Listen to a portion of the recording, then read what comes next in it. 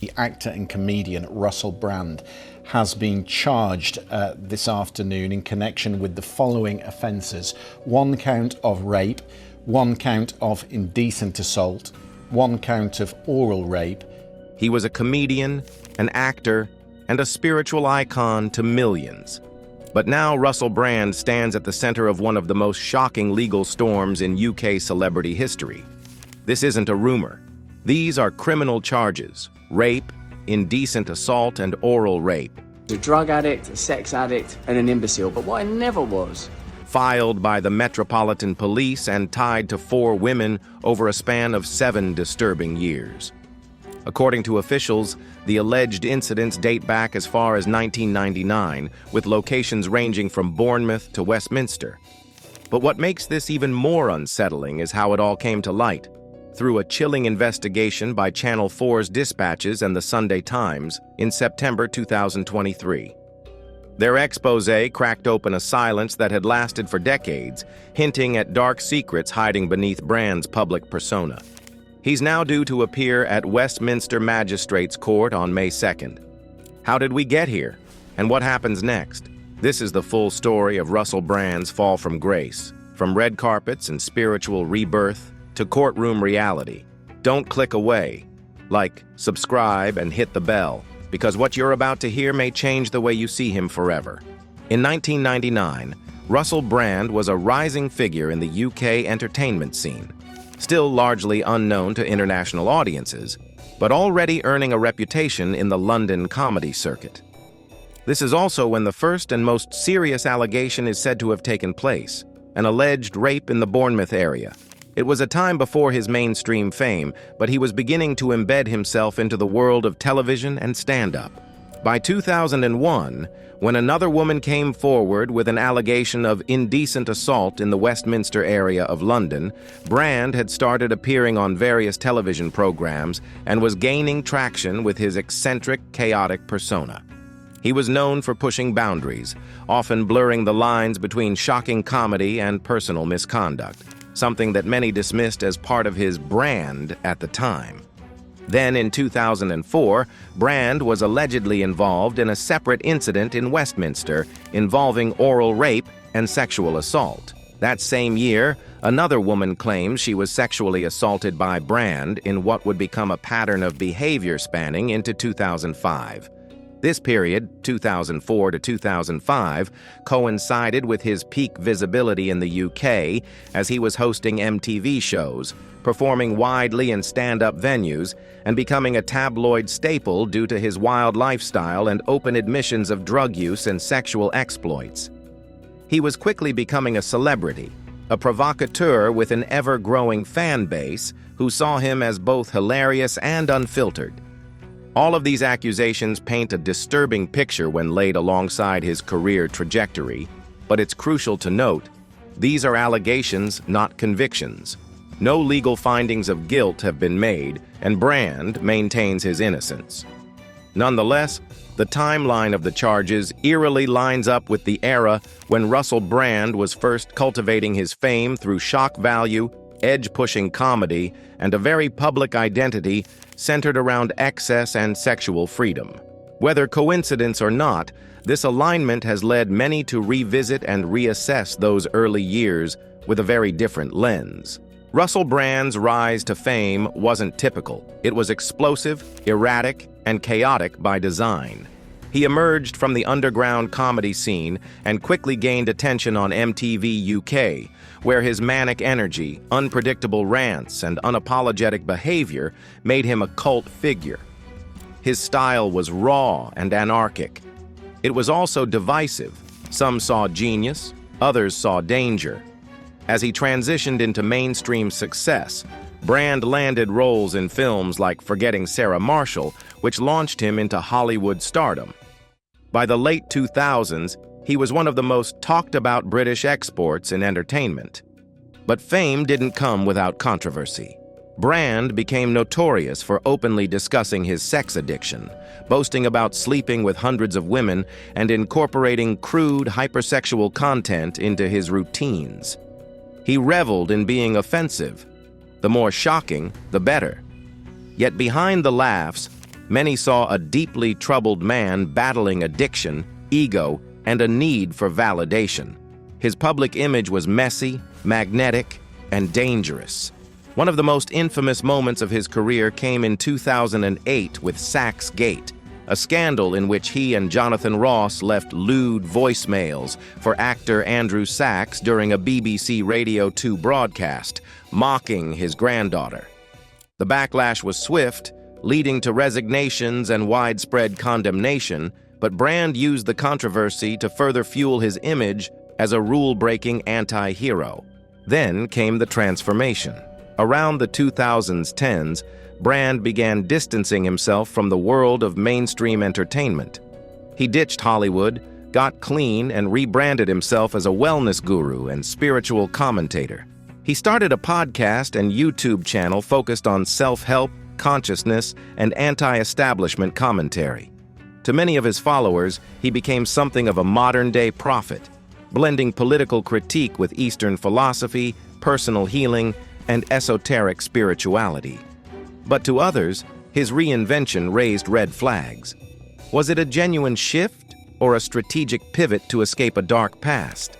Even before these current charges, questions about his behavior, the women in his orbit, and his history of brash, hypersexual comedy lingered in the background. Now, those past controversies are being looked at not as isolated stunts, but as potential warning signs. In September 2023, everything changed when Channel 4 Dispatches aired a documentary that would become the tipping point for a growing storm of allegations surrounding Russell Brand. The investigative special, which was a collaboration between Channel 4 and the Sunday Times, was the result of a long, meticulous inquiry spanning several years. Journalists dug into Brand's past, speaking to dozens of individuals who had worked with, known, or been romantically involved with him. The report featured interviews with 4 women who accused Brand of serious sexual misconduct, including rape, indecent assault, and emotional abuse. Some of the incidents allegedly took place while Brand was at the height of his fame, and the claims painted a picture of manipulation, coercion, and power dynamics that had allegedly gone unchecked for far too long. The documentary wasn't just based on first-hand accounts. It also involved text messages, emails, and audio clips that seemed to support some of the claims. In one particularly chilling excerpt, a woman showed messages where she accused Brand of rape, and he appeared to apologize for his behavior, though stopping short of admitting any criminal wrongdoing. The airing of the documentary sparked massive public reaction. Social media platforms lit up with clips, reactions, and commentary, dividing public opinion. Some viewers saw it as the exposure of a long-overdue reckoning, while others accused the media of orchestrating a smear campaign against a man who had become increasingly critical of government, big pharma, and mainstream narratives. In the days following the broadcast, several organizations distanced themselves from Brand. YouTube demonetized his channel, his agency dropped him, and shows he was scheduled to appear on were quietly canceled. The investigation sparked not only outrage but also reflection. How many warning signs had been ignored, and how often had celebrity status shielded individuals from consequences? The Dispatch's documentary wasn't entertainment. It was a reckoning. It showed how the veil of charisma and fame could conceal disturbing allegations, and it reignited discussions around power, consent, and accountability in the entertainment world. In cases like these, investigative journalism often becomes the only route to the truth, forcing institutions, fans, and the accused to confront uncomfortable realities. With the broadcast setting the tone, the legal system soon followed. As of early 2025, Russell Brand has now been charged with 5 criminal offenses: 1 count of rape, 1 count of indecent assault, 1 count of oral rape, and 2 counts of sexual assault in the United Kingdom. But what exactly does it mean to be charged in the UK legal system? A criminal charge means that police and prosecutors believe there is enough evidence to formally accuse someone of a crime. This is different from being arrested or merely investigated. It marks the beginning of a potential prosecution and court proceedings. It's not a guilty verdict. but it does mean that the case will move into the legal system, with a trial possibly ahead. Each of the charges comes with its own legal definitions and severity. Rape in the UK is defined as non-consensual penetration with a body part or object. Oral rape, similarly, refers to non-consensual oral penetration. Indecent assault typically involves unwanted sexual contact, and sexual assault broadly covers any non-consensual sexual touching or activity. The charges against Brand span alleged incidents between 1999 and 2005 and involve 4 different women. These are serious charges that, if proven, carry significant prison sentences. Brand is set to appear at Westminster Magistrates' Court on May 2nd, which will be the first public step in the formal legal process. This court hearing is not the trial itself, but a preliminary step where the charges are read and decisions are made regarding bail conditions and the possibility of moving the case to a higher court. Depending on how the hearing unfolds, several outcomes are possible. The judge could grant bail with conditions, such as travel restrictions or mandatory check-ins. Alternatively, if the evidence is deemed weak or procedural errors are found, the case could face delays or even a dismissal, though that's rare at this stage. If the case proceeds, it would move on to the Crown Court, where the full trial would take place. Witnesses would be called, evidence would be examined, and Brand would have the opportunity to mount a legal defense. The timeline for this process could stretch over many months, even years. For now, what matters is this: the charges are real, the stakes are high, and the system will now determine what's fact, what's fiction, and what justice looks like in one of the most watched legal cases in modern UK celebrity history.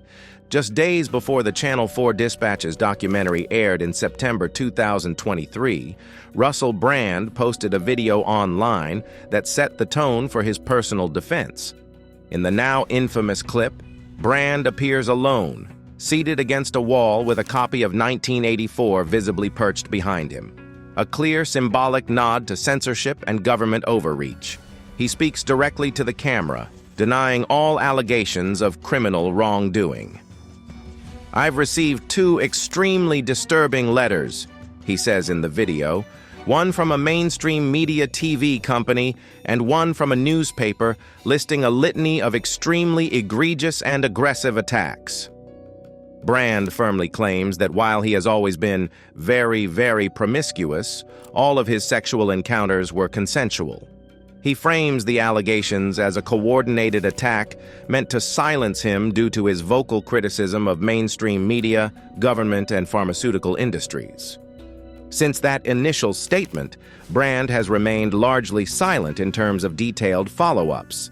His legal team has issued brief responses emphasizing his denial and asserting that he will vigorously defend himself against the charges in court. However, the lack of ongoing direct comment has only added to the mystery, leaving many to speculate on whether his silence is strategic or a sign of deeper legal troubles ahead.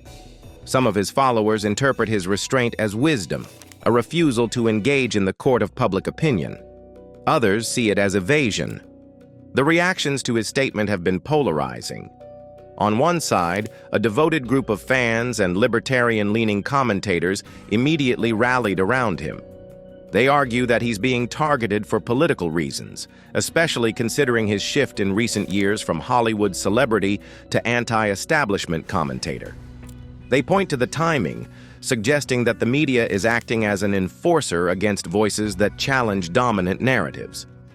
On the other side, critics argue that his past behavior, particularly his public bragging about sexual exploits, should have raised red flags long ago.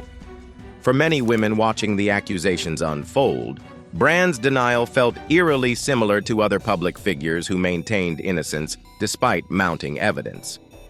Fellow celebrities have also split on the issue.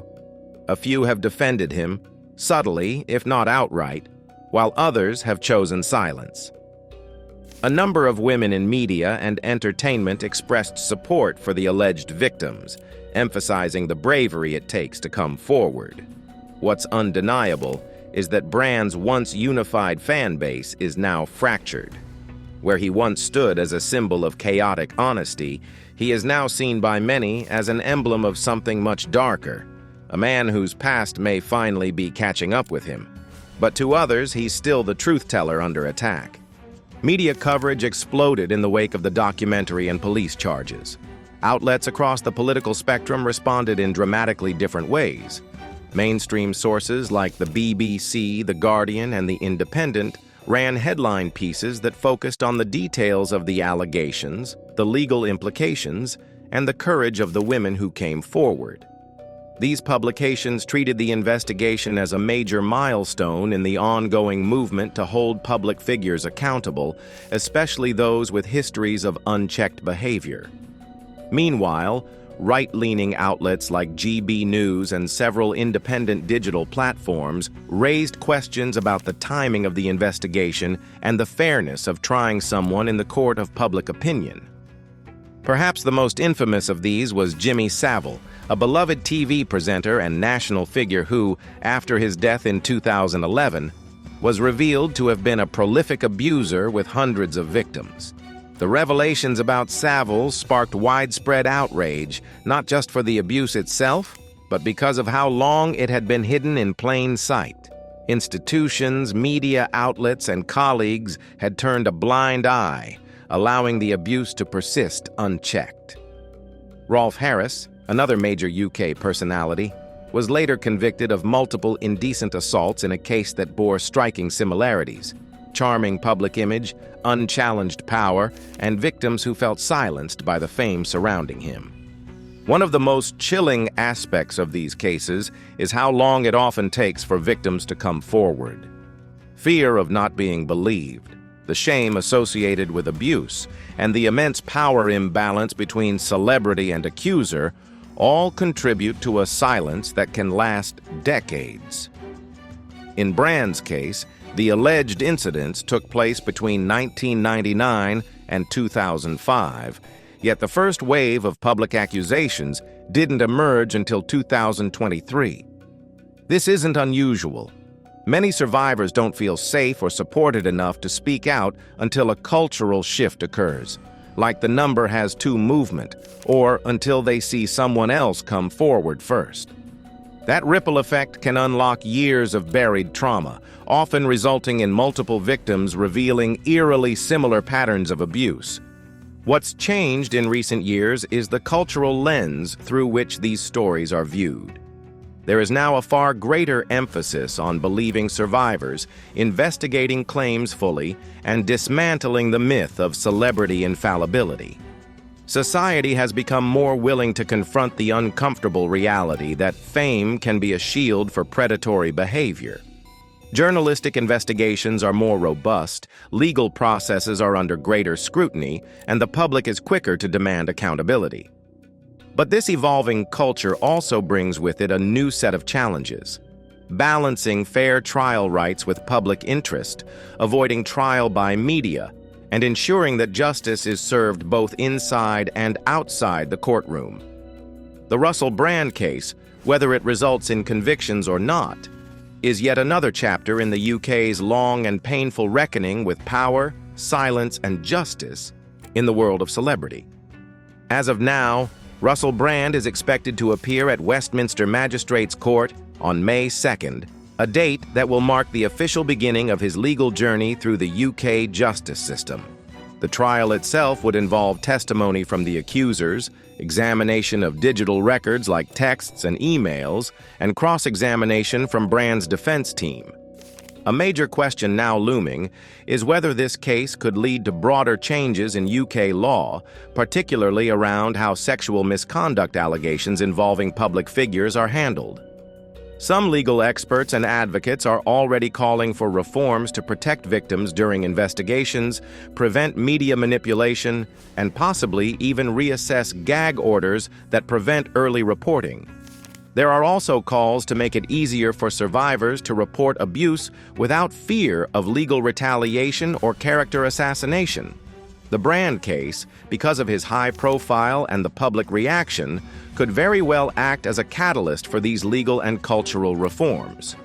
In the meantime, every step in this process, from court dates to legal arguments to media coverage, will be watched closely by the public and press alike. Whether Brand is ultimately found guilty or not, the impact of these charges is already rippling through the entertainment industry, online communities, and the broader legal system. This case has become more than just a legal issue, it's a cultural flashpoint. The next chapter starts in court, but its consequences may be felt far beyond the courtroom. As we close this investigation into the Russell Brand case, it's important to return to a foundational principle of justice. These are allegations, not convictions. Russell Brand has not been found guilty of any crime in a court of law. No matter how intense the media coverage or how convincing some of the testimonies may appear, the burden of proof lies with the prosecution, and Brand, like anyone, is presumed innocent until proven otherwise. Now, we want to hear from you, but as always, we ask that you keep it respectful. This is a sensitive topic involving real people and potentially life-altering consequences. No matter what side of the conversation you're on, empathy and nuance matter more than ever. Would you like to see a follow-up episode breaking down what happens in court? Should we explore the broader topic of how the justice system handles high-profile cases? Or maybe an episode on how social media influences public opinion before the facts are even in? Drop your thoughts in the comments below, and let's start the conversation. And here's the big question. Do you believe in separating the artist from the allegations? Can you still support someone's work if you're troubled by their personal conduct? And should platforms like YouTube be held accountable for who they promote? Or should that be left to viewers to decide? Let us know your take. This isn't just a story about Russell Brand. It's a story about power, celebrity, and the uncomfortable questions we all have to face in today's world. If you found this video informative, make sure to like, subscribe, and hit that bell icon so you don't miss the next update in this unfolding story.